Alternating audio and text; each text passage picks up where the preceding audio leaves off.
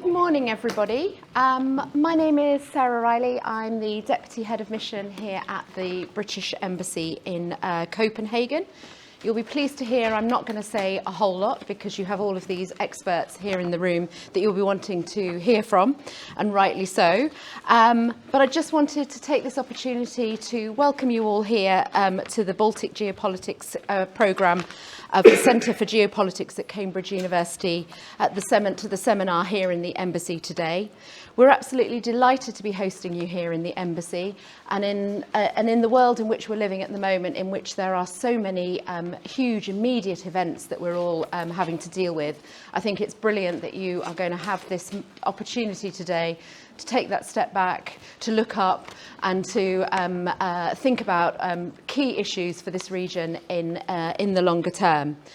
I know that colleagues from the programme are going to say a lot more about what the panellists will be discussing in just a minute. But as I say, just to welcome you again to the Embassy today. And obviously your topic today on Baltic security is hugely important. I mentioned immediate events, and obviously we have just seen the reports yesterday out of Finland and Estonia about the pipeline. But the Baltic security issues, obviously, they're not just important in the Baltics or in this just in this near region. They have a global resonance. So I know that your discussions today are really going to enhance everyone's understanding of the challenges that we're facing and how we can all respond to them as allies. So I wish you a hugely successful and interesting seminar. Delighted to have you here in the Embassy. Please do enjoy our hospitality while you are discussing these really important issues. Thank you very much. I'm going to hand over to Charles now. Sarah, thanks very much. My name's Charles Clark. I co-lead the Baltic Geopolitics programme at Cambridge. I'm just going to say, firstly, a big thank you, Sarah, to you and all of your colleagues who've been extremely helpful throughout.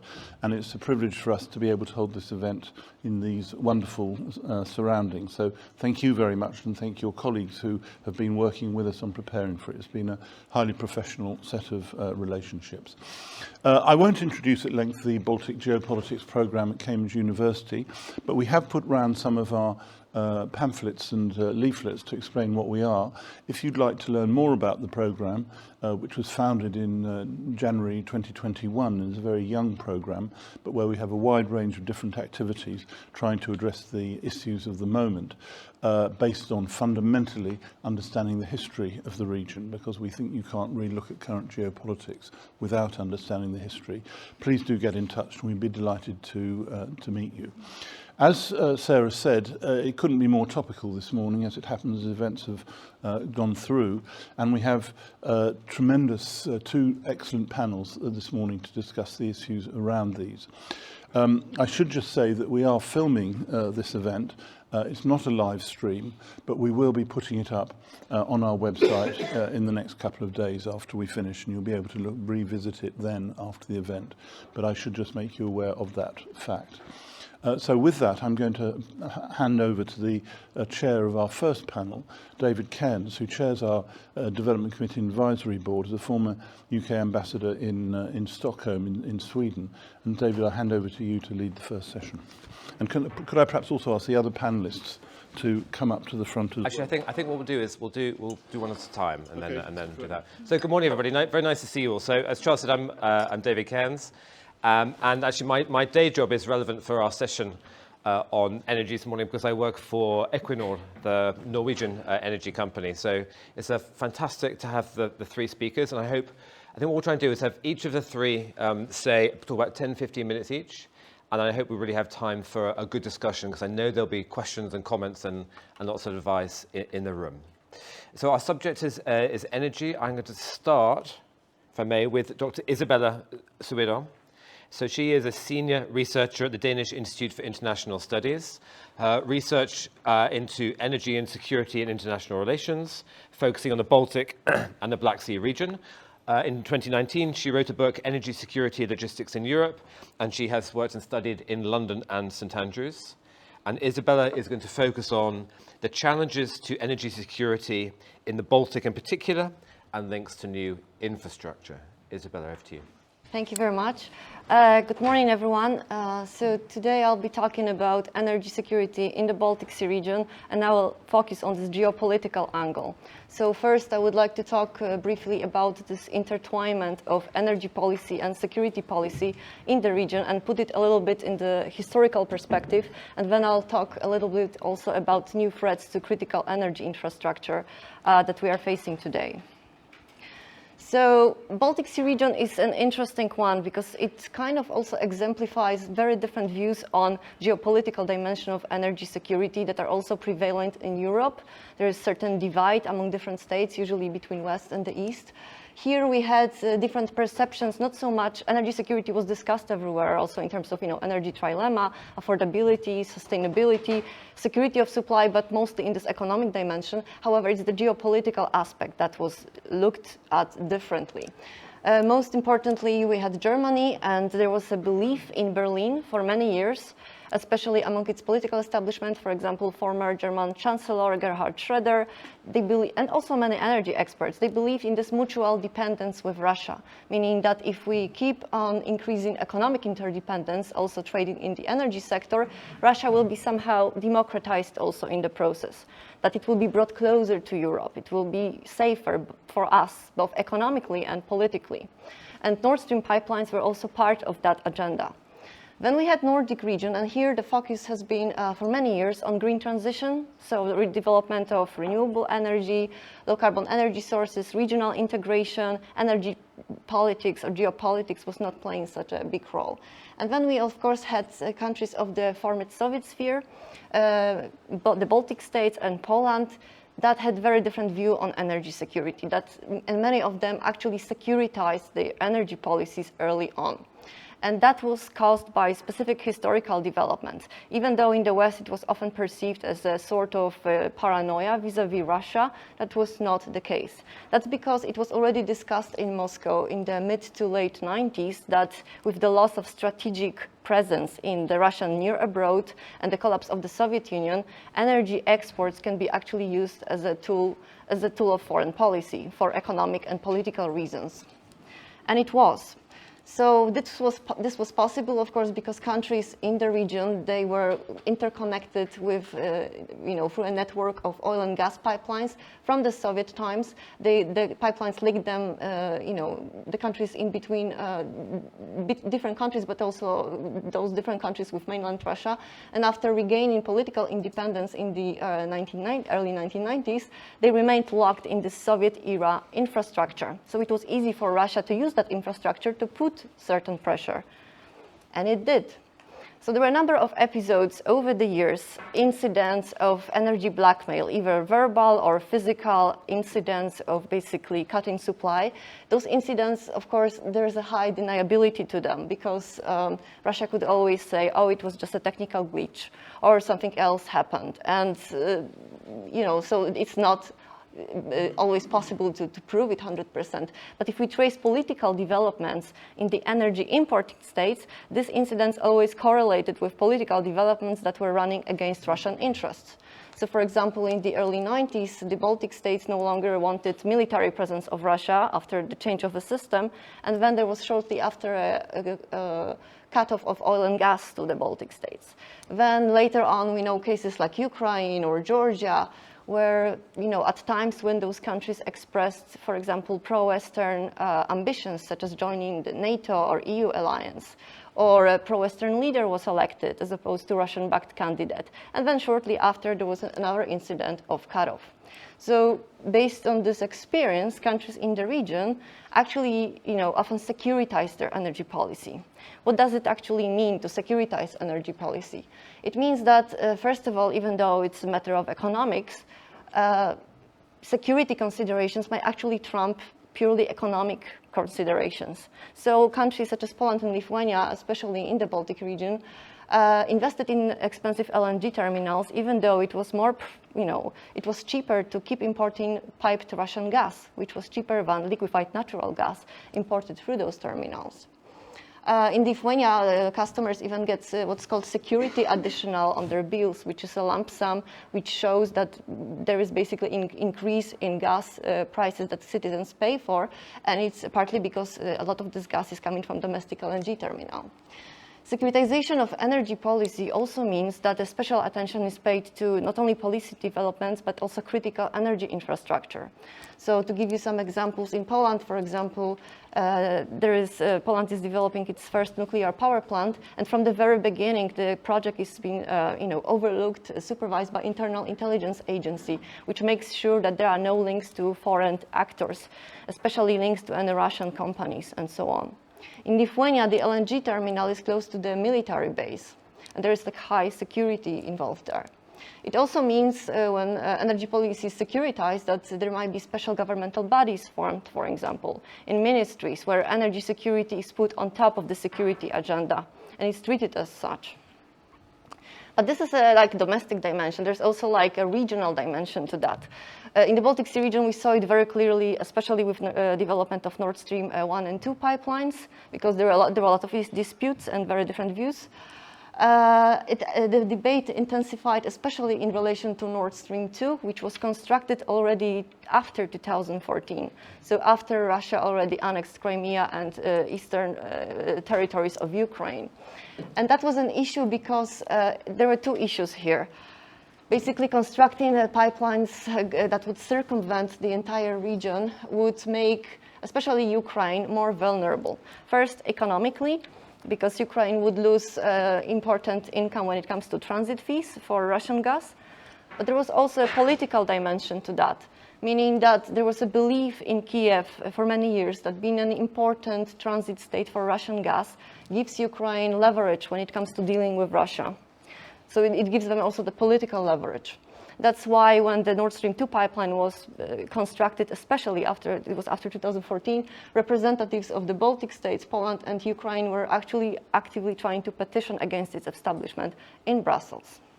But those views on what the pipelines in the region were about and what kind of geopolitics we're talking about did not really change that much until February 2022, the Russian invasion of Ukraine and the subsequent energy crisis. So what happened is that, well, energy was used as a weapon also towards the West. Even countries like, I'll talk about Finland a bit more in a minute, but Finland, for example, that had historically very good relations with Russia, never experienced episodes of energy blackmail. So Russia cut both electricity and gas supply to Finland in May 2022, and it was shortly after Finland announced that it was to join NATO alliance. So it's like the same pattern of what we're seeing here. Of course, at the moment, there is this challenge of accelerating energy transition, diversifying energy supply, and phasing out Russian energy imports. Now it's mostly about gas. There is a need for a common approach. But there is also this heightened security context, because these hard security threats to energy sector are different now than just a few years ago when it was about energy blackmail. And the case of Ukraine is a good one because it kind of exemplifies to the extreme what we are dealing with here. So when we look at Ukraine, not only since 2022, but also since 2014, there was, first of all, loss of strategic territories in 2014 in Ukraine. And not many people know that, well, we know that in the east there is a Donbas region, which is reaching coal mines. That's where the big industry is located. So Ukraine lost that. It also lost Crimean Peninsula, where a lot of renewable power plants were located. So it hugely impacted its energy security. Then it was especially visible in the autumn last year, before the winter season, that Russia basically changed its strategy from this, habitual energy blackmail to basically open strategy of targeting deliberately critical energy infrastructure of Ukraine. And this was, of course, done before winter to make the possible biggest damage. So there were missile and drone attacks, just 69, just in October, November 2022. They, of course, did a lot of damage to the power grids and energy supply and affected a lot of Ukrainians. There was also a cyber attack earlier on in 2015, after 2014 invasion, when the power grid of Ukraine was basically hacked and resulted in power outages to over 200,000 people. So what new threats are we facing? A lot of those, this is of course, Ukraine is an extreme case, but we know that it is also becoming more and more of a reality that those challenges will be also in other parts of Europe. Especially that we have a lot of new projects planned in offshore wind, nuclear power plants, LNG terminals, electricity cables, pipeline connections, and so on. Also in the Baltic Sea region. So war in Ukraine is a prolonged conflict, but Russia might divert its attention elsewhere. Maybe it already has. So when it comes to Nord Stream pipeline projects, even when they are not operating, they are a bit problematic because once this infrastructure is constructed, it basically provided a legitimate cover for Russian vessels to enter to basically monitor those pipelines along the entire length. So they have access to that. And because Baltic Sea region is really crowded at the moment, there's a lot of critical infrastructure sited there. So there are a lot of projects that will be crossing the Nord Stream pipelines, including Baltic Connector, by the way, which is between Finland and Estonia. I just put here the Baltic Pipe project in blue on a map. This is also a strategic pipeline that transits Norwegian gas via Denmark to Poland and is key in diversifying regional gas supply. But there are also around 25 different cables that Nord Stream pipelines are crossing. So it's very dense when it comes to infrastructure. And it's very hard to monitor. Of course, this legitimate cover is just one thing. There was this documentary done by Danish DR, also with other Nordic countries in collaboration when they looked into some of the Russian vessels, which are supposed to be marine research vessels, but there is a suspicion that they are actually conducting surveillance operations and trying to map out critical energy infrastructure in the North and Baltic Seas, including, for example, offshore wind farms. And of course, what we can learn from what has happened so far, first, the Nord Stream explosions. There is still no hard evidence who's behind it, but it's important or it's interesting to note that the explosions happened just outside of the exclusive territorial waters of Denmark, in exclusive economic zones of Denmark and Sweden. That's important because it has potentially different repercussions. It's just a matter of international diplomacy as opposed to if it happened in territorial waters. And not impossible not to mention, of course, today, in the context of what has happened this week, the Baltic Connector, which now has been confirmed just a few hours ago. So the Baltic Connector that connects Finland and Estonia. It is also a crucial project in energy infrastructure because it adjoins Finnish and Estonian gas markets, and because Estonia is also linked with other Baltic states through pipelines up to Poland, so all those countries have access to now LNG terminal in Poland, LNG terminal in Lithuania, and gas storage in Latvia. It increased tremendously regional security of gas supply. And Finland was otherwise isolated and reliant only on gas imports from Russia. So damage to that Baltic connector is critical. They say it will take a few months to fix the damage. And this is a strategic project basically for that very reason. Luckily, Finland is not highly dependent on gas and also has LNG terminals, which are newly operational, so it can fill the gap, so to speak. When it comes to potential attacks, there are physical attacks, as we are seeing even on the news these days. There is also the potential for cyber attacks. This is just a map out of the data that were available showing distribution of cyber targets during the war in Ukraine. We can see that a lot of those attacks were targeted towards Ukraine, but also towards Russia and Belarus. They are most probably engaging in the cyber war as well as other activities. But this is something that has been happening also increasingly in recent years, also when it comes to wind, especially wind infrastructure in Europe. There were some cyber attacks in the recent years. So, to concluding thoughts, how to face those challenges. The most important one is that there is a backup when it comes to energy supply, of course. So even with Baltic Connector now, yes, it's a problem. It will take several months, but the good part is that Finland actually, after the Russian invasion of Ukraine, speeded up some projects, the LNG domestic terminal in Hamina, and also the FSRU, like floating unit, so it has enough gas supply. What's also interesting about this case is that it was confirmed that just like with the Nord Stream 1 and 2 pipelines, the damage occurred in the exclusive economic zone of Finland, so it's not in territorial waters again. Then there is, of course, increased need for regional collaboration and extra measures when it comes to monitoring and interception of physical and cyber threats. This can take a variety of forms that technical experts could potentially talk more about, but this would certainly include surveillance systems, standardized safety protocols, cybersecurity measures, and so on. However, having said all that, as we see even this week, this might be our new normal to some extent. And because of the challenges with monitoring, especially maritime zones, when it's such a heavy traffic, there's so much infrastructure there, and it's not possible to monitor every inch. That would be just a tremendous task. So this type of incidents might happen. So again, the backup is very important. Technical preparedness, but also some sort of political and societal resilience. Because as we've seen also with the explosions along the Nord Stream pipelines, this type of incidents, of course, attract a lot of media attention. But in the long term, if we are prepared and resilient for this type of scenarios, there shouldn't be such a reason to panic. And I'll just stop here. I'm pretty sure I'm over my 15 minutes. Thank you.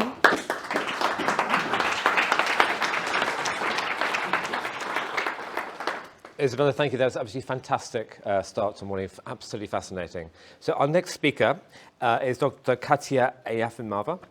So she has been at the Oxford Institute for Energy Studies since 2007 and is today a senior research fellow there.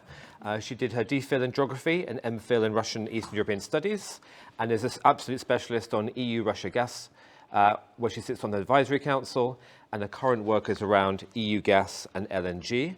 And so Katja is going to bring this a bit broader and look at energy, especially gas supply challenges relevant for Europe as a whole. Katja, over to you. Thank you, David. Thank you very much to Cambridge Centre and Charles Clark for inviting me to speak today. And good morning, everyone. So I'll try to stick to 15 minutes, and I'll rely on David to let me if I fail in that task. So I'm going to talk a little bit of a broader picture of what were the developments in the EU in the lead up to the crisis, energy crisis, so sort of anatomy of the crisis a little bit, if you like, in terms of volumes and prices, and aftermath, and what potentially could unfold, trying to focus on infrastructure issues. So that's just sort of a context slide, which you all know very well. Obviously, it's important that the relationship between Europe and Russia in terms of gas trade deteriorated after February 2022. So overall, politically, it's of course the biggest political crisis since the Cold War. You also know that, of course, there was a massive sanctions response from the Western countries, both in Europe and overseas.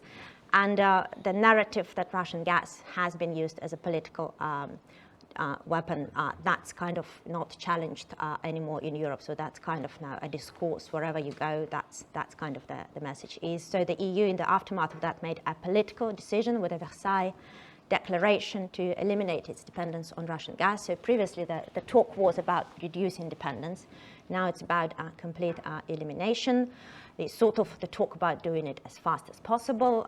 The date mentioned is kind of 2017. It's not fixed in law. It's effectively in the Repower EU action plan. So it's aspirational target, not fixed in the acquis, but nonetheless that's kind of big political pronouncement. Of course, that's a big change given that the scale of previous Europe's reliance on Russian gas. And of course, it's obvious that the longer escalation goes in Ukraine, that the relationship could be expected to deteriorate further, and that would repercussions obviously for gas relationship. In terms of flows, just to give you a bit of a sense what happened. So you see on this slide Russian pipeline gas flows into Europe. What happened to them? They dramatic decline. So all these, yellow line, blue line, and red, that's sort of business as usual. That's in the years before the crisis. And then you see this green line in 2022 sort of decline as of spring and virtually coming to very low level in the second half of 2022. And this little lilac line, the lowest of all, that's currently how much Russian gas is being shipped to Europe. So it's extremely low level now, so it's less than 20% of pre-crisis levels. And that it of course, declined further and faster than Europe could ever imagine. Nonetheless, it's still flowing. And surprise, but it is actually flowing still through the Ukrainian corridor, as one would have thought that probably would be the first to fail, but it's not the case. That's still going through the Ukrainian corridor. And just give you a bit of sort of a picture again on infrastructure. So there used to be 4 major corridors that were used for Russian gas exports into Europe. That's the traditional corridors, of course, the Ukrainian corridor, the Belarus-Poland, so-called Yamal-Europe pipeline corridor as well. Then there are 2 Nord Stream pipelines and the Turk Stream, which partly feeds into Turkey and partly into the southern Europe. So of all of those, now Ukraine and Turkey is the only functioning operational corridors. Yamal Europe stopped transiting Russian gas in mid-2022. Nord Stream, as you know, started to decline in June. You may remember this turbine incident, etc. It stopped completely in September. So now that's Ukraine, but heavily reduced, as you've seen on the flows picture. And Turk Stream, which of course is of limited geographical relevance for Northwest Europe, because it really largely feeds sort of southern European countries, and it doesn't go further than Hungary. So on terms of what the EU response was in policy terms, that's the Repower EU plan adopted, I believe, in May 2022. So phasing out dependence on Russian gas, but at the same time, as a solution, what the EU sees as a solution as acceleration of energy transition. So reducing, dependence on not just on Russian gas, but on gas overall, and kind of trying to accelerate move to other fuels. And sort of, if you look at the scenarios and pictures, so you see these on the top right corner, so the original composition and the role of gas in grey.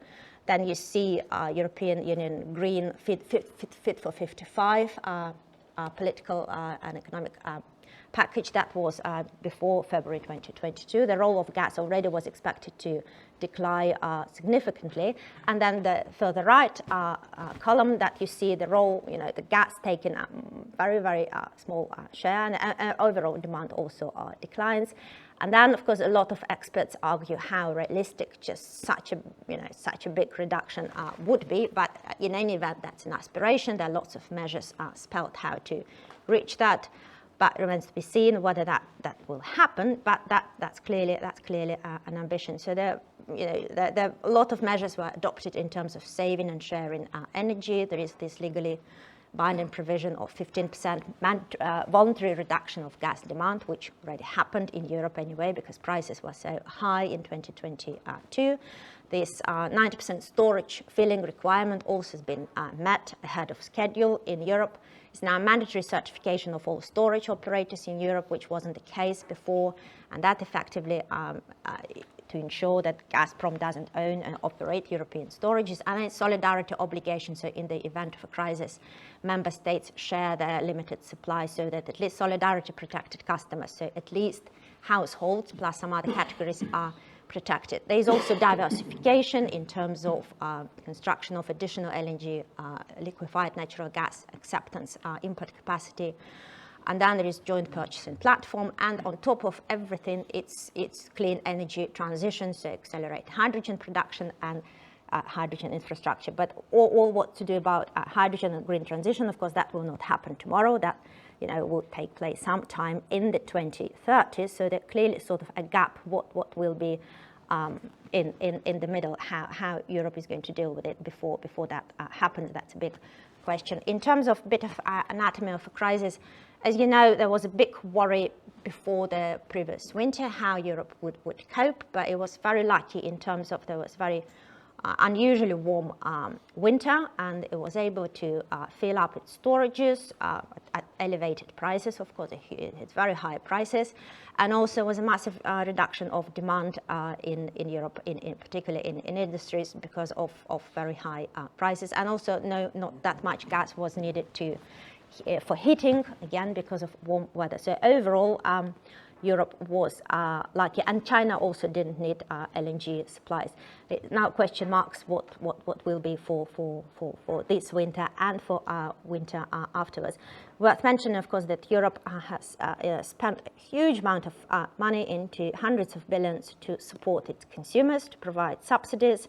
And of course, ability of different member states is different. Some member states can do it, less affluent member states can't really do it. So in terms of what happened now, prices came down since January this year, but they are now hovering around $15 per MMBTU. So now actually after recent events, it's higher than that. It's reaching $20 per MMBTU. So that is still, that's down, but it's, of course, still more than twice higher than before the crisis. And, Europe is unlikely to see, a low price environment as previously for quite some time. And additional element, of course, is volatility, just because the market is now so tight that any event on the market, which on its own wouldn't really have a huge price impact, just elevates prices dramatically, just because of this nervousness and anticipation of crisis. In terms of rebalancing, the market is expected to rebalance sort of by 2026, 2027, when additional LNG is supposed to hit the market. But prices will not be as low as before, although they would go down. But volatility would remain, just because Europe would be in a very significant competition with everyone else in the world who needs that gas. I have sort of famous graph with these big spikes in prices for gas. So you see these two spikes, one in March last year, and with February 24th, and then in late August when Nord Stream shut down. In terms of volumes, again, Europe has been able to compensate lost volumes by increased LNG imports from global market, and massive reduction in demand. So consumption of gas in Europe declined by more than 15%, so even more than the EU considered safe. There have been quite significant industrial closures because of that. Some companies may reopen, some may not, some may relocate. But in terms of physical availability, Europe got through last winter, but at a price. In terms of, again, volumes, what Europe was able to compensate lost Russian supplies, that's, of course, the other suppliers of gas to Europe. You see this very stable line in blue. That's Norwegian supplies, the pipeline supply, largely pipeline supply of gas to Europe. You see a bit of sort of downside, and the rest, that's kind of deferred technical maintenance. So that's required maintenance that's been postponed, had to be done at a later stage, but now supplies are coming back to normal. And the second contributor, that's of course LNG from a variety of sources, mostly from the United States, but also from Qatar, and unsurprisingly, again, also from Russia. So Russia roughly now exports just about as much gas in liquefied form as it now exports in terms of pipelines flows to Europe. So it's roughly 50-50 split, and that's still happening. In terms of what's been done in terms of Europe's ability to absorb more LNG, so more LNG import infrastructure has been put in place. You may remember that last year member states basically started a hunt for floating regasification units, because everybody wanted to have their own regasification unit to be able to get supply and compensate for lost Russian supplies. And then now it's additional, Europe had before all this about 200 plus BCM of storage capacity. It managed to add about 50 by the end of this year, and another 50 is expected by the end of this decade. So obviously it's very significant increase that's happening in Germany, 6 new terminals, in Italy 2, in France, Le Havre 1, and there are several also in Greece, and that's probably not the end of it. In terms of storages, now Europe, it's the green line. You see the green line, that's the for this year. So it started filling storages from quite high level, just because winter was quite warm. Europe was able to inject until well into the season, and also draw less in January, February. So it started from a high base. It's now, I think last time I checked, sort of a few days ago, that's about 96% fullness of storage. And factors that determined that trajectory, that Europe was able to do so, that was demand and availability of LNG imports. So Europe was able to attract LNG into Europe. Of course, the downside was that it outcompeted some of the poorer Asian nations that just got priced out of the market. In terms of outlook, if you talk about outlook a little bit, and looking into the coming winter and potentially next winter. So with sort of last winter, already gone, so everyone just trying to see what will happen for this winter. And currently, supply situation does look relatively benign at present. As I said, they're full storages as well. This demand is not expected to recover in Europe, because there's this kind of tendency that even when prices went down a bit, and in the first half of this year, there wasn't really massive rebound in European gas demand. So buyers sort of uncertain of the future, and prices still quite high. So there was no demand rebound, very much subdued demand. More than 15% in some countries, particularly in Central Europe and in Finland, sort of about 40% or so demand reduction in certain countries. So obviously the big change. Again, although the situation relatively benign now, and also there was no significant pullback of LNG into China, because China recovery has been quite slow, so it didn't take as much gas away from the market as might have been the case otherwise. And then Russian gas still continued in terms of LNG and in terms of flows through Ukraine and Turk Stream. So if any of these factors were to change, so if any of that were to disappear, that would obviously put a strain on the market. And then as I said, market is very nervous. If you've seen the recent events with the Baltic Connector, with the events in Israel, with the events in Australian strikes, for example, all these separate events, which on their own, they wouldn't impact the picture of European gas supply all that much. They drove prices up about 20% up in the last few days, which is really just shows that market is on the urge, if you like.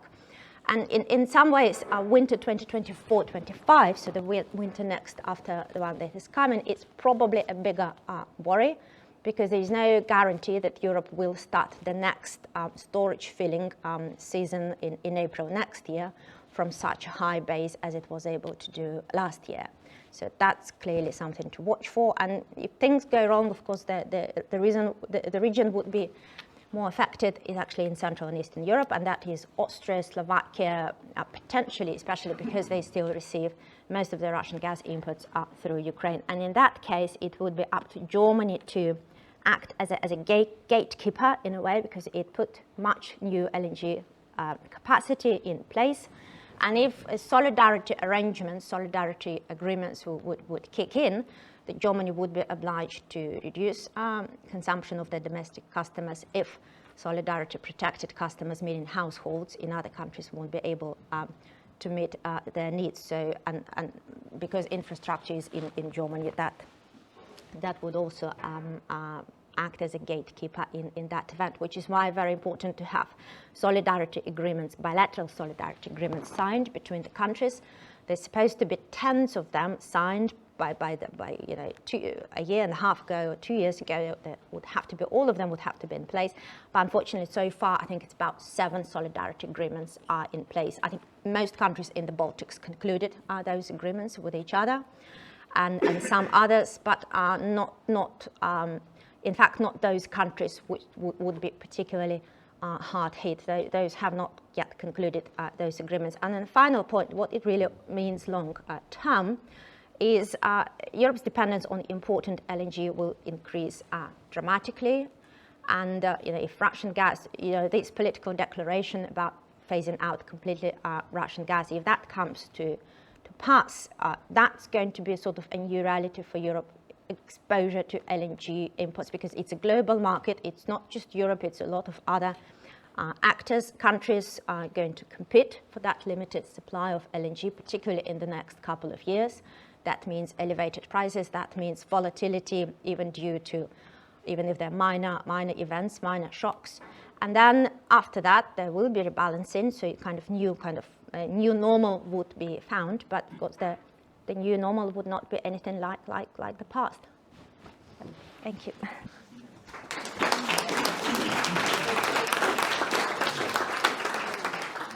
Katja, thank you. That was fantastic. I mean, there's so much in those slides which are absolutely brilliant. Just as an observation, you mentioned Norwegian supply. So my company did something unusual this spring, which was to host the Secretary General of NATO and the President of the Commission to a gas field, in a sign of solidarity from Norway to the rest of Europe. So it doesn't happen very often, but it happened this spring, as you were saying, for that. So our next and final speaker is Professor Christian Bueger. He is Professor of International Relations at the Department of Political Science at the University of Copenhagen. Christian is an expert on global governance and global ocean politics and is a director of Safe Seas. And he has in his time visited and worked in London, Geneva, Malta, Singapore, and the Seychelles, which is nice. And Christian, you're going to speak to us about the link between maritime security and energy security and the consequences for governing regional seas. Christian, over to you. Thank you so much. It's a great pleasure to be here. Thank you for the invitation. It's wonderful to be back on British soil in the middle of Copenhagen. I like to give the topic a little bit of different spin. First of all, I like to invite you to think about the problem of energy from the sea and not from the land. Secondly, I also like to drive us a little bit towards solution or discussions of what we could actually do differently in terms of readjusting policies. And all of this draws on a research group that we're running at the University of Copenhagen on ocean infrastructures, and we are very grateful to the Velux Foundation for giving us the money to actually do that kind of research. My first key point here is that we are living in an age of maritime infrastructures. If you can get any point from the last two presentations that maritime infrastructures today are vital to a degree as they have never been before in history. And that has happened over the last 15 years. And in the first two presentations, quite obviously, we spoke about fossil fuel, gas and oil, and pipeline infrastructures, but that is not the entire picture. The green energy transition will fundamentally depend on offshore wind, partially also solar farms. And just to give you an idea of the scale of the transition that is currently being planned, if all of the projects go through, we are looking at something like 200 nuclear power plants in the North Sea. That's quite a figure. That is the scale we are looking at. Our internet almost entirely depends on subsea data cable. It depends a little bit where in the world you are. But in order to reach the data centers in the United States, we depend on subsea data cables. Let's also not forget how essential shipping has become for supply chains, but for our trade relationships overall. Today's container ships are massive. Ports are so as well. We should not forget that and include shipping in this list. Last but not least, there's also quite a range of future technologies on the horizon. And here I'm thinking about carbon capture technology, hydrogen production from the sea, and all the concepts of energy islands, for instance. This new dependency basically means that when we are talking about the Baltic Sea or the North Sea, we are no longer looking at a free and open, pristine sea where our key problem is to preserve freedom of navigation. No, we are now looking at dense infrastructure spaces. This is what the sea is today, and in consequence, the key task of maritime security is no longer to preserve freedom of navigation, the unhindered circulation of goods and supplies, but today it is actually the resilience of infrastructures. So this is kind of like the age that we have entered, that we are living in. Now, from a security point of view, there's a number of actors in this region which have understood this very, very well. And we are not only living in the age of infrastructure, we are also living in the age of gray zone attacks. And I think the Nord Stream sabotage was the most powerful message in this regard. We are still kind of like puzzled by how was it done, who did it. It's the great mystery that created uncertainty, which is the classical purpose of a gray zone attack. Since Sunday, we are again in a new situation. It might have happened again, and it might have happened again in the light of all the additional deterrence and surveillance measures we actually have put in place since last year. I'd like to alert you to another gray zone threat that we are often not talking about, because it is not about energies, it is actually about shipping. And that is the Russian shadow fleet. Since we are sanctioning Russian gas, the Russian regime has actually bought up a lot of old tankers. Many of them shouldn't be in operation anymore. And this creates new risks and vulnerabilities. In August this year, I don't know how many people have read this in the news, we had the first near miss. A Russian oil tanker, the Genesis P, had an engine failure and almost caused a catastrophe in the Baltic Sea. It was averted, we were lucky, but the next big accident caused by the Russian shadow fleet is just on the horizon, and we should include that in our threat scenarios. What is important about kind of like the new age of infrastructures is that a single incident can have substantial cascading effects throughout the entire system. It can trickle down in various ways, and hence we need to start talking about resilience and not security and threats in the old-fashioned way. Just imagine what an oil spill by a Russian tanker would, in the Danish Strait, would do to the entire Baltic. It would mean the shutdown of all marine transport for weeks. Think about what a similar accident could mean in a wind farm and what it would mean for our electricity supplies. So what does this kind of like arguably rather dark picture tell us in terms of how we should readjust policy? I think the first thing we need is a different style of thinking about the sea and of how all of these matters are actually connected to each other. Over the last 20 years, we have developed a discussion on energy security, on supply chain security, on maritime security, and also on marine safety. But we have become extremely lazy in thinking these things together. And this is basically the challenge of the day: how to bring energy security, maritime security, marine safety, and supply chain security back together. This, first of all, calls for policy integration, and tools such as maritime security strategies can help greatly in this. Just to flag the UK's maritime security of last year, trying to implement coordination structures. But this is kind of like only one step along these lines. What we'll also need in practical terms is integrated planning and regulation of new infrastructures that take into account energy security, marine safety, maritime security, and so on. We need integrated deterrence and law enforcement measures at sea, and that means neither the military can do it on its own, nor the Coast Guards and Marine Police, or even the fishing control agencies are equally part of the picture. How well we are doing in terms of monitoring and information sharing, I think we have just learned this week.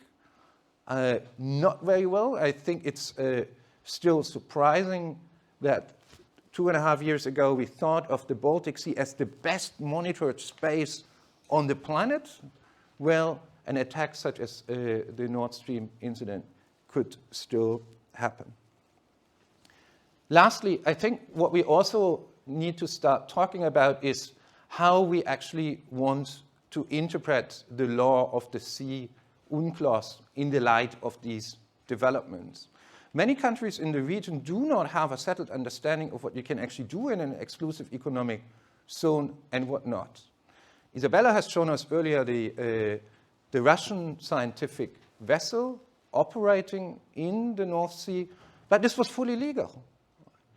Because according to the interpretation of the exclusive economic zone paragraphs in the law of the sea, we cannot prevent scientific activities from happening in our exclusive economic zones. Happy to expand that later. So, integrated policy and operations. The second proposal I like to make here, we need new forms of regionalism. Now, in the Baltic Sea, quite obviously, we have now intensifying activities by the European Union and also by NATO. What I hardly ever see mentioned in the discussion is the Council on Baltic Sea States, as well as the Baltic Marine Environment Protection Commission. There's actually a broader range of institutional arrangements and treaties out there that we can use to address the age of infrastructure and strengthen this cooperation on a regional level. For the case of the North Sea, it is also EU and NATO, but it is also instruments such as the OSPAR agreement or the Bonn agreement. These are environmental marine safety agreements, but they must be made part of the discussion. Now, EU-NATO cooperation is actually well underway. There's a new strategic dialogue on critical infrastructures at sea. So I do not necessarily see this as requiring more effort. It might require more political will. But we have a huge potential actually using these other instruments which are out there for better integrating the work that we're doing across countries, but also across different jurisdictions and planning processes. The next thing that I would like to flag is the absolute need for new types of stakeholder forum. So there's a starting discussion and dialogue between the industry and navies in terms of how to do critical maritime infrastructure protection. That goes all into the right direction, but in many ways it is too short-sighted. Because if we are thinking about who maritime stakeholders are, it is not only the infrastructure industry, but it is also these agencies and actors that care about marine protection. No one likes a gas leak, no one likes an oil spill, and that is not only a concern of military and coast guards, but equally so of NGOs like WWF or the marine protection agencies. Last point. Monitoring and surveillance will continue to be absolutely essential. And I think great work is underway, in particular if you think about concepts such as seabed to space situational awareness, because this is basically what we need. But we are not quite there yet in terms of what we can do with sensors, in terms of what we can do with satellites. So again, I think we have here a clear line of work ahead of us and a series of investments in terms of supporting processes such as the Common Information Sharing Environment of the European Union, but also the European Defence Agency's MASUR information sharing networks, which all of them are kind of like key priorities in the new European Maritime Security Strategy. However, this will do the trick in many ways in the Baltic Sea. But I would also like to invite you to think the North Sea and the Baltic Sea as integrated spaces.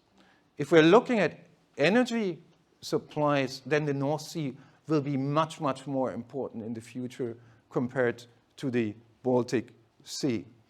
Now, European Union surveillance and monitoring systems will not do the job in the North Sea. Norway and the United Kingdom will basically need to find a way of how to integrate in these structures in one way or the other. NATO can take us to a certain level, but let's not forget critical maritime infrastructure is not exclusively or primarily a military task. That means what NATO can do will always be limited. And that then brings me back to the information sharing agreements that we actually find in the environmental protection treaties for the regional seas, for the Baltic Sea and the North Sea. And I'll stop here and very much look forward to the questions and your comments.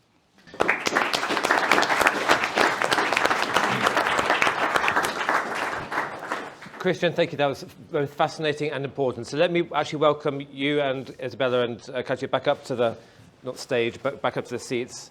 So what I hope we'll have now is a discussion and not just questions and answers, because I know the people in the room will have things they want to say as things they want to ask. We have until past, I think, before we break for coffee, so we have a good amount of time. I open the floor. If there's no immediate hand, I'm going to go first. Well, there is. No, so sir, away you go. My name is Jan Stavn. I'm from the Royal Danish Defence College. I have a question for the panel, I think. I think you mentioned that the gas delivered from Russia at present through pipelines go through Ukraine still. Yeah. How come has that not been a target of from Ukraine side, Russian side? So. I think in some way it's a miracle, because obviously once there is an active combat, there is always danger, whether it's intentional damage or unintentional damage, but it hasn't happened so far. But on the other side, it's in both sides' interest to keep it in a way, because Ukraine still gets transit revenues, not as much as before, but still useful revenue. And for Russian side, it still sells gas to Europe because it has valid contracts in place. It has to honor those contracts, and it's been doing so to extent now possible within the infrastructural limits. Of course, the flows through Ukraine has been reduced because there's only one interconnection point now at Sudzha where gas is still flowing, and gas is not flowing via Sakhanivka interconnection point, because that's the territory which fell out of control of the Ukrainian government, so there is dispute about that, but one point is still operational. And speaking about contracts, I mean, some contracts which Gazprom had in Europe, they now been cancelled because some European buyers basically decided to terminate, or they decided not to accept this new payment mechanism, switching from euros into rubles, etc. But some contracts are still in force. There is no force majeure on them or anything, and they're still flowing, like contracts to Hungary, gas to Hungary, or most of it now it's not through Ukraine actually, but through Turkstream. Austria, Slovakia, those are still going, and the contracts which were, under force majeure, those that were served through Nord Stream, that with many German buyers, Italian buyers, French buyers, those are in arbitrations, but they are in force, but they're kind of dormant because there's no infrastructure to flow gas through. So it's a bit expanded. Right, yeah. I would like to add to that. With colleagues at DIS, we actually had a visual map that showed the first few months of the conflict in Ukraine, and it showed the gas pipelines going through Ukraine and the points where explosions happened or different type of attacks. And none of those attacks were actually hitting the pipelines. So it looked like it's a deliberate, on the Russian side, to protect those transit pipelines, which also adds a little bit to what I was talking about, that being a transit state, even in times of war, and having this critical infrastructure on your territory, it is protected to some extent. Yes, but they got less careful later on during that conflict, but there is a strategy on the Russian part not to undermine their own interests. Tremendous 3 presentations. You all mentioned in some respect the green transition and the acceleration of clean energy. But without going into a lot of detail, I'd be interested to know your assessments of how well the transition to green energy is taking place across the Baltic region. Just whether you think it's up to target, whether it's lagging behind, what the challenges are, and so on. I don't know, I can start perhaps. Yeah, so it's a very, Baltic Sea region is extremely diverse, and countries have very different energy mixes, different starting points. Nordic region in particular is very well positioned when it comes to meeting its targets, going into the sustainable energy system and also more integrated systems. This is what's on the agenda in the Nordic Council of Ministers right now. And the high reliability on domestic low carbon sources, because Finland has also nuclear energy, right? In Denmark, Sweden, it's also renewable energy. In Norway is also, of course, a big exporter of fossil fuels. So they are very well positioned when it comes supply of energy sourced from domestic sources. So this is going pretty well. When it comes to other countries in the region, if we think about Germany, of course, the problem is that Germany was heavily dependent on Russian gas. It also phased out its nuclear energy, and it wanted to use gas as this transit fuel, like as a bridge fuel towards its Energiewende. And that's why it was such a problem now with diversifying gas supplies and why there are so many heavy investments in new LNG infrastructure, especially that it's a big economy and a lot of industry is located in the south, where the nuclear big power plants were located. A lot of wind energy is generated in the north, but there is a bottleneck. There is a problem with transiting that energy to the south in substantial, in sufficient capacities. So that's one case. And then countries in the Baltic states and Poland. Poland is because of its heavy reliance on coal, still over 70% of electricity is generated from coal. It is hard to meet EU climate targets. The green transition, it is a bigger challenge also because of the scale of economy. The Baltic states are doing it's different. Estonia has shale oil, which is also not very climate friendly, so it will need to think of other solutions. Latvia has a lot of hydropower, so it's doing pretty well because of that. Lithuania is depending also on, also gas. And offshore wind projects are also being planned in the region. Also, there's a lot of knowledge transfer from the Nordic region to the Baltic states and also Poland when it comes to scaling up, especially wind energy, which is crucial for years to come. So that was actually a lot. So Let me answer that the following way. If you would have asked me half a year ago, I would have said, very well, everything is going on target, but since we had kind of like some pretty shocking misdevelopments in the UK, right, which have trickle-down effects in the entire wind industry, so this is kind of like one negative development. The second one, and that's quite interesting, because there's also something like a security effect now happening. And both a Nord Stream effect as well as a China effect. And that is that the resilience of critical maritime infrastructure discussion is driving up the costs in terms of what industry has to do to protect itself. Now, under the new Danish regulation for wind farms, for instance, they have to closely monitor whether any components come from China. That drives up costs. Right? The new Polish wind farm built by Ørsted, the Danish wind giant, is the first one that actually has quite substantial security provisions and is developed together with the Polish Navy. That also drives up costs.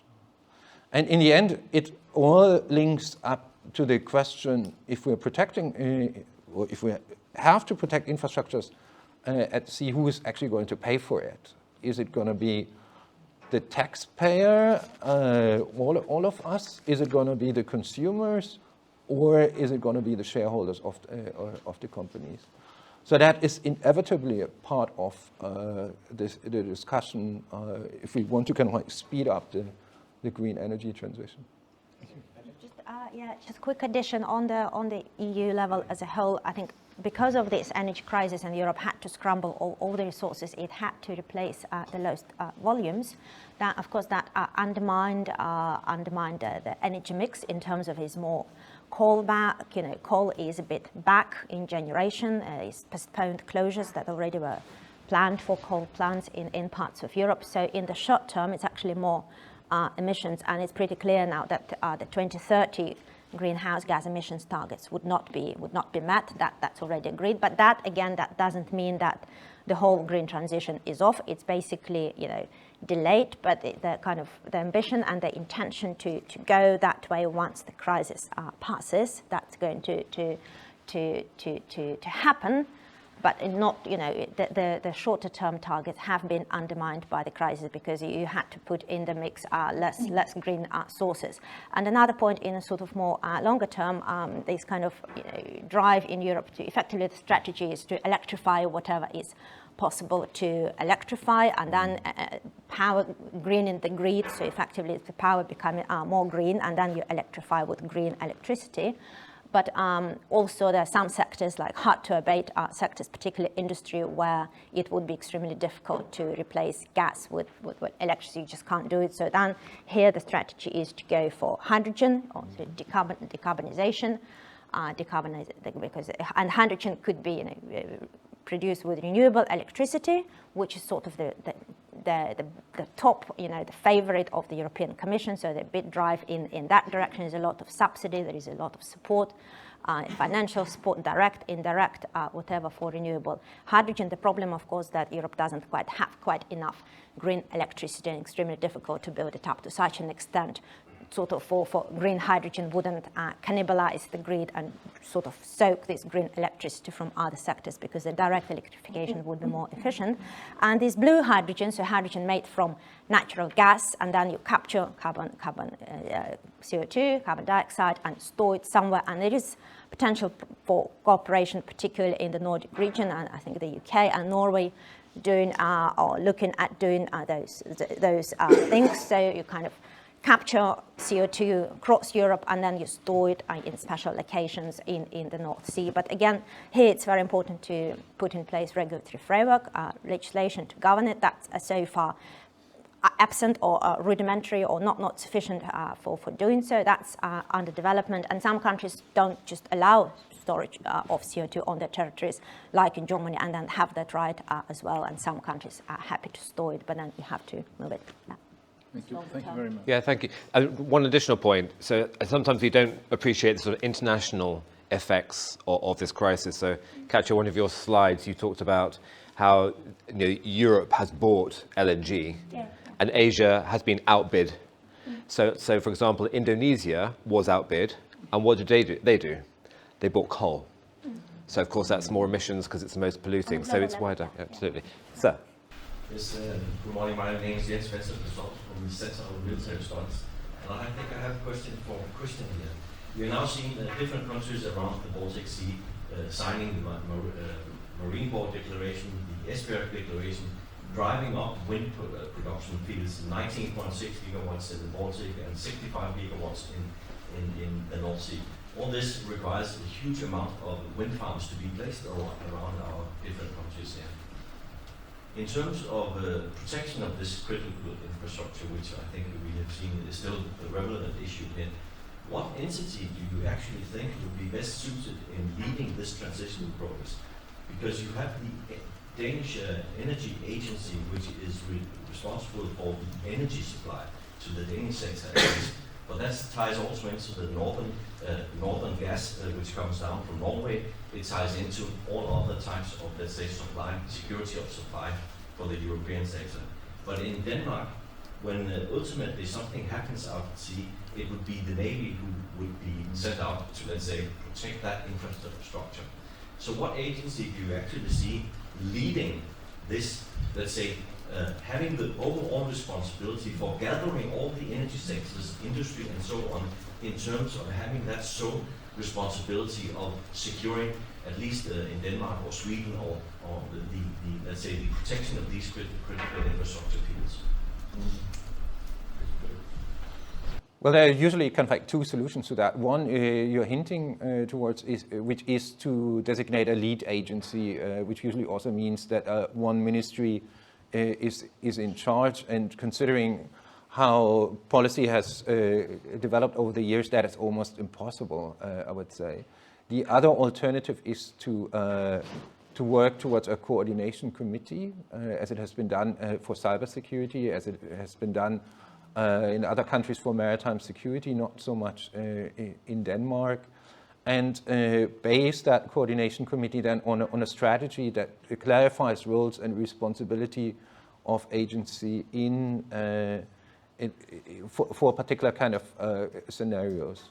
Ensuring that the information actually flows, in particular in terms of what infrastructures are being built, how critical they are, is super important in all of that.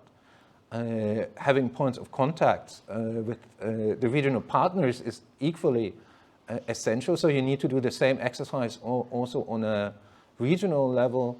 And we have been advocating actually now for quite some time, in particular towards the European Union, not to think about this as being necessarily a European problem, but being a regional seas problem. So we need a mechanism for the Baltic Sea, we need a mechanism for the North Sea, for the North Atlantic, for the Mediterranean, and then however wide you want to kind of like think about what European seas are. But not everything is necessarily best addressed on a European Union-wide level, and that requires a little bit of shift of thinking actually in Brussels, which is not easily to achieve. And in particular, if it comes to the North Sea, it has to be done together with Norway and the UK. But as I hinted towards, it cannot be exclusively done within NATO structures. That will not crack it, because it's a civil military task. Yes, hi, Jamie from the British Embassy here. Firstly, thank you all for joining us, and I really enjoyed all three of your presentations. I wonder if I may add what feels like a supplementary question to this one. We heard earlier about the securitization of the sector and the number of incidents of Russian interference with supply. And then later we heard about the formulation and implementation of cross-cutting policies in the region that maybe seem to have a greater focus on surveillance, monitoring and resilience. I wonder to what extent the concept of deterrence still remains relevant in this space in light of all of that. That's a big... I know it's There might be others in the room who'd like to chip in on that, by the way. So go ahead. No, just quickly, I think the concept of deterrence continues to be vital. The forms of deterrence will clearly shift. So one clear response here is deterrence by denial. Right? So in this sense, surveillance and monitoring initiatives which allow you to kind of like both repair infrastructures quickly, but then also attribute blame, extremely important instruments in a deterrence by denial strategy. Quite obviously, you also need presence at sea. I mean, this is like the old age element, and this will always be understood. But there the question is, what kind of presence at sea should it actually be? Should it be Swedish Coast Guard cutters? Should it be the Danish frigates? Or should it be the invisible presence, or the submarines? And I think a lot can be actually done on this frontier with relatively small vessels that just signal we are here, taking pictures, doing the classical game that has been around for a very, very, very long time. Madam. Yes, thank you. So I was wondering, the issue of the interpretation of this law of the sea in light of these new events has been mentioned, and I wonder if anyone on the panel has any more comments about that, because I think it's very interesting. It's a very interesting point, especially in light of issues like the scientific and research vessels. No, actually, it's related about exclusive economic zones. Perhaps Christian could expand what type of activities are allowed in those zones and what are not. So, one of the key problems that we're facing here is that many of the Baltic states, as well as European Union states, actually do not have a solidified position on how they interpret the law of the sea. We can see in the South China Sea, this is a major thing now, often described as lawfare.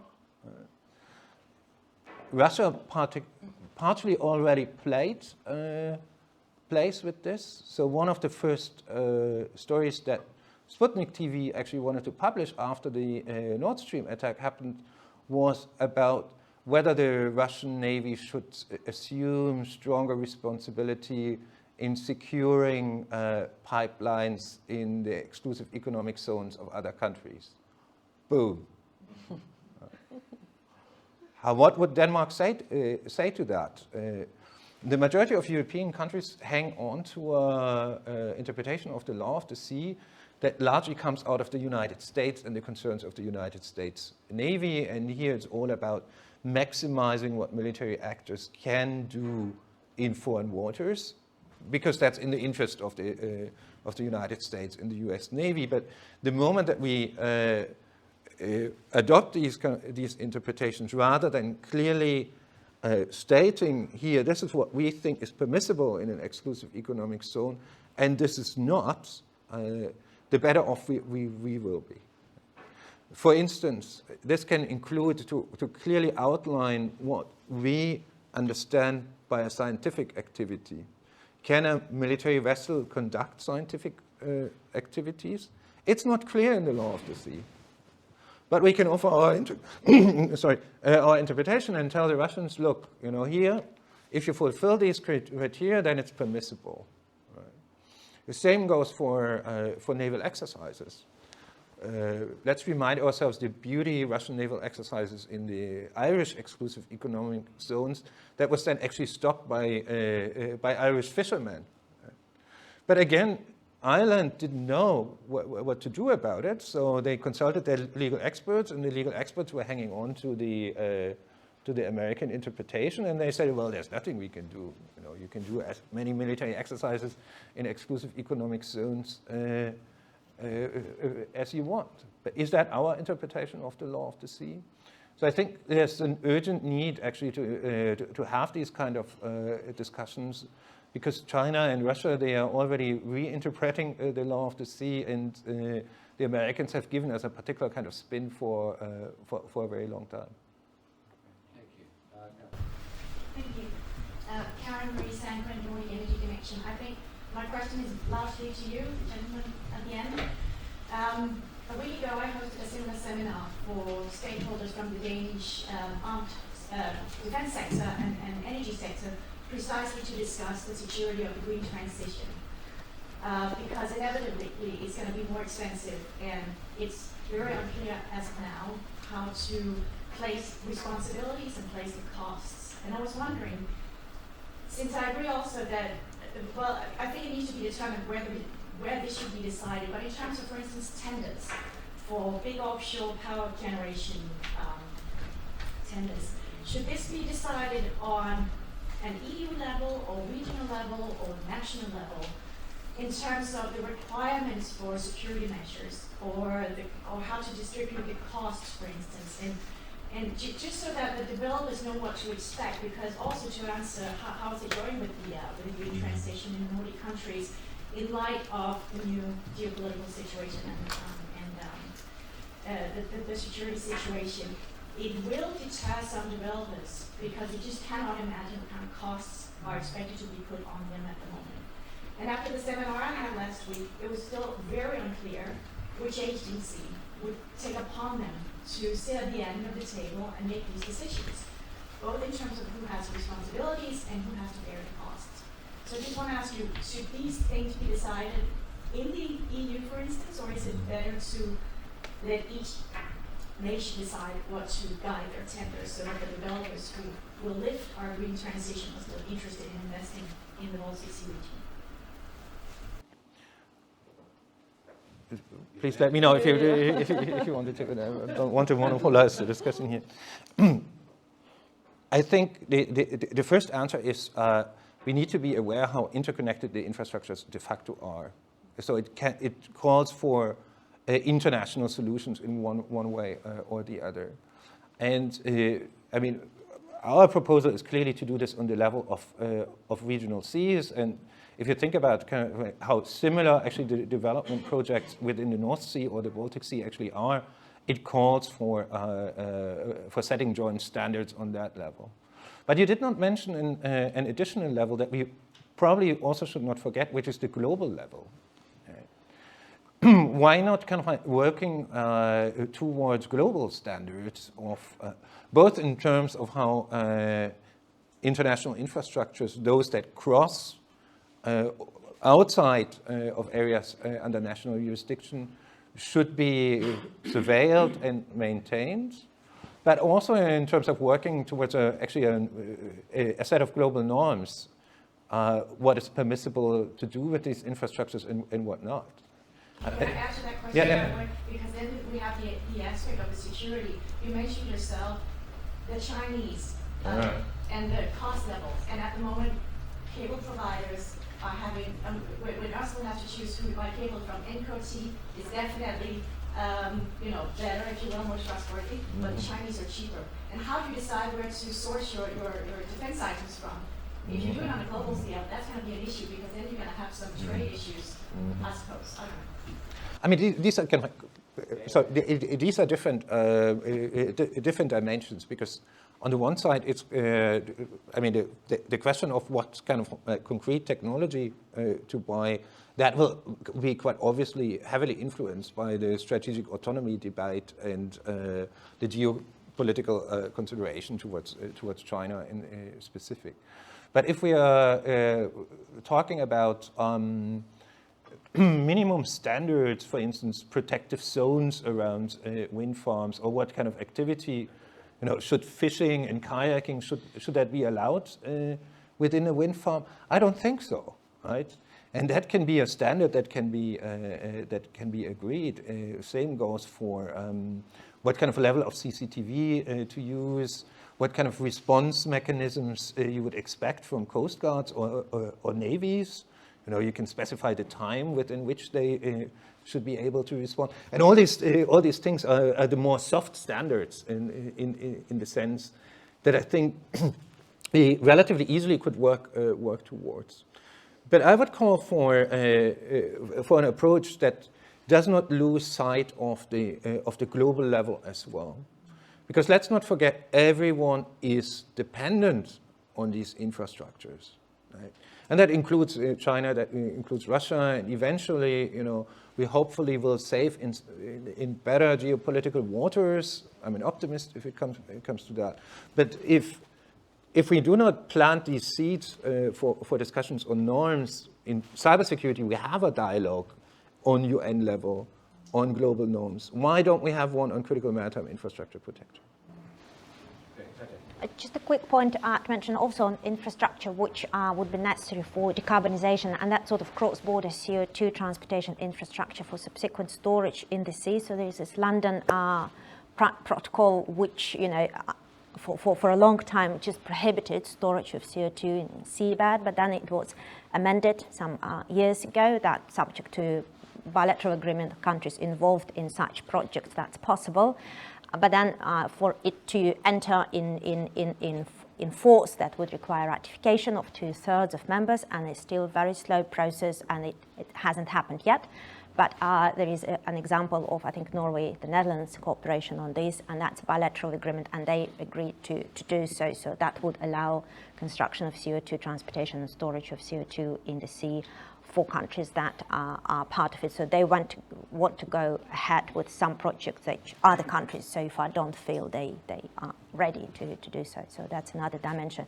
You have global cooperation, but you can go further on a bilateral basis within the multilateral framework. Yeah, thank you. Right, last question but one, Jeffrey. Yes, I don't know if we've got time now, David. My name is Jeffrey Mantell, and my background is in oil and gas transportation. I'm on the advisory board for the Cambridge Geopolitical Baltic Programme. My question is, I'm sad to say, ladies, for the professor again, on the maritime domain. You mentioned very briefly the dark fleet, and I wonder if you can give us an idea, because I'm not completely up to speed, with the extent of the dark fleet. I mean, it's very substantial now, there's very large number of ships in this. And of course, it's a worldwide risk and phenomenon, but it has a relevance for the Baltic area. Could you tell us something about the extent, but also the risks are involved? Because the international tanker fleet is supported by all sorts of structures to do with anti-pollution, to do with insurance and so on. How do you see some of those risks that we're exposed to by virtue of this substantial fleet? I mean, the Russian shadow fleet is growing as we speak. It's not the only shadow fleet. We're also talking about Iranian vessels and North Korea and Venezuela. The Russians have bought substantially hundreds of old tankers. People in Greece have made a lot of money from that because usually they would just scrap these vessels. What we're looking at is substandard, badly maintained, large-scale oil tankers. A single incident would basically kill the biodiversity in the Baltic Sea. If it would happen in the Danish Strait, I mean, depending on what the concrete scenario is, the worst-case scenario is usually a burning vessel that leaks oil. You would have to shut down the Danish Strait for weeks, and that's on the scale of the Suez Canal shut down. At the same time, it's not only a Baltic problem. There's a lot of ship-to-ship transfers. These happen off the coast of Portugal. These happen in Greece. So at the same time, the Mediterranean is equally at risk. So this is basically an issue that needs to be tackled on a European level. And we have to ask ourselves, are these sanctions working in the right way, or are they actually producing a threat, which increasingly becomes uncontrollable? So how do we actually get back control over the shipping of oil that we are now losing exactly because of these sanctions? And let's not forget, an oil tanker is also a weapon that can be used in dramatic ways. You have a Danish Strait is one scenario, but another one would be shutting down the port of Marseille, for instance.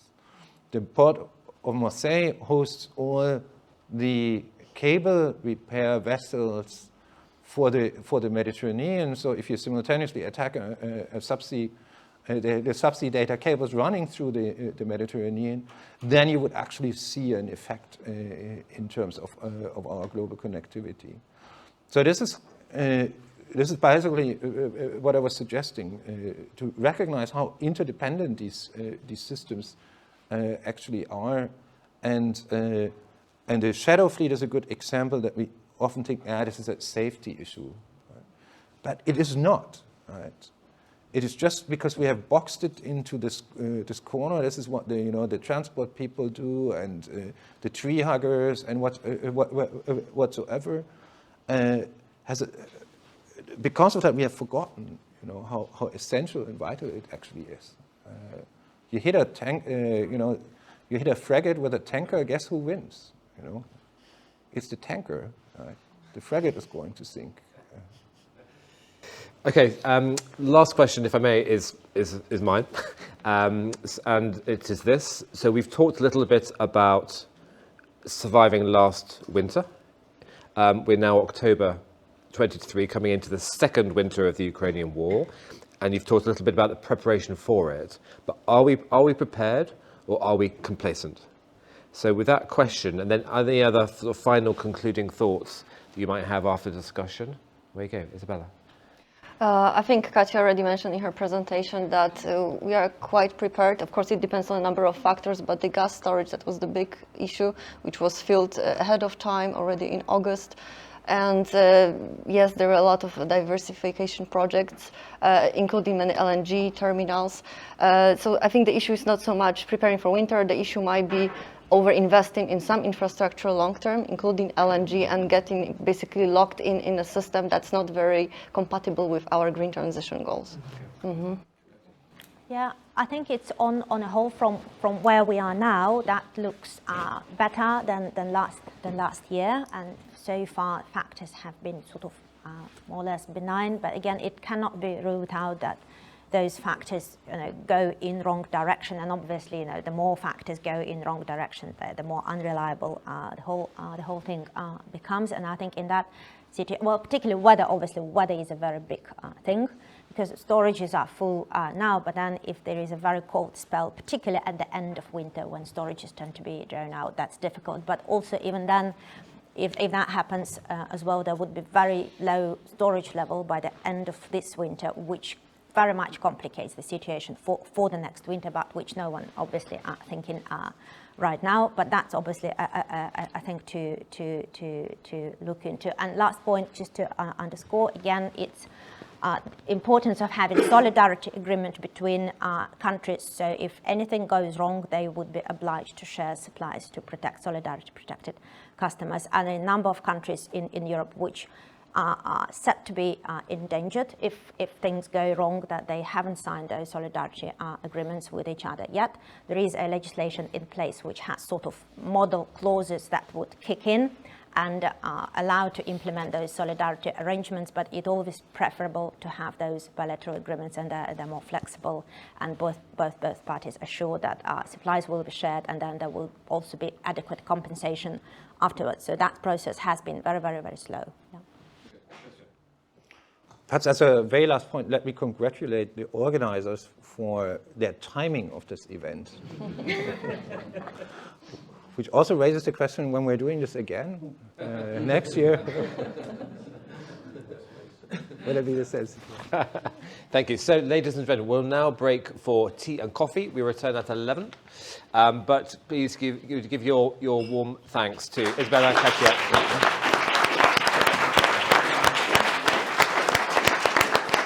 Brilliant.